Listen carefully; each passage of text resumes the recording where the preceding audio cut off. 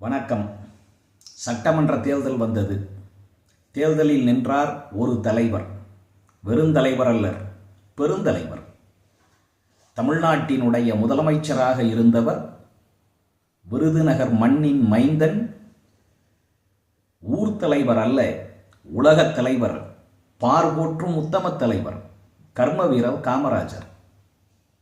அவரை எதிர்த்து போட்டியிட்டவர் மற்றவர்களுக்கு யாரென்றே அறிமுகமில்லாத புதுமுகம் சீனிவாசன் என்ற ஒரு கல்லூரி மாணவர். நினைத்து பார்க்காத அதிசயம் அங்கே நிகழ்ந்தது. கர்மவீர காமராஜர் தோற்று போனார். சீனிவாசன் வெற்றி பெற்றார். காமராஜரிடம் சென்று நிருபர்கள் கேட்டார்கள், ஐயா, இந்த நாட்டுக்காக, இந்த மக்களுக்காக அள்ளும் பகலும் அயராது உழைத்தீர்கள்.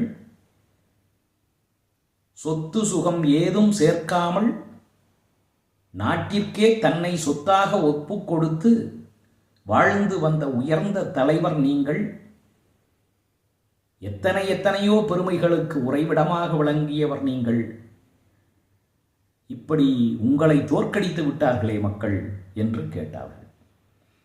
கர்மவீரர் அமைதியாக சொன்னார், நான் தோற்றால் என்ன, ஜனநாயகம் வென்றிருக்கிறது. நானும் தோற்பதுதான் ஜனநாயகம் என்பதை இந்த நாட்டுக்கு உணர்த்தி இருக்கிறார்கள் வாக்காளர்கள். அவர்கள் மீது குறை கூற வேண்டாம் என்று சொன்னார்.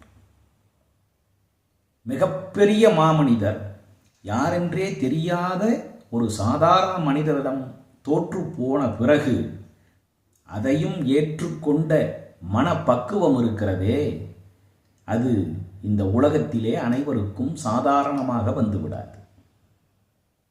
சான்றாண்மை என்ற கொள்கையை உடையவர்களுக்கு மட்டுமே அந்த பண்பு உரித்தான பண்பாக இருக்கும்.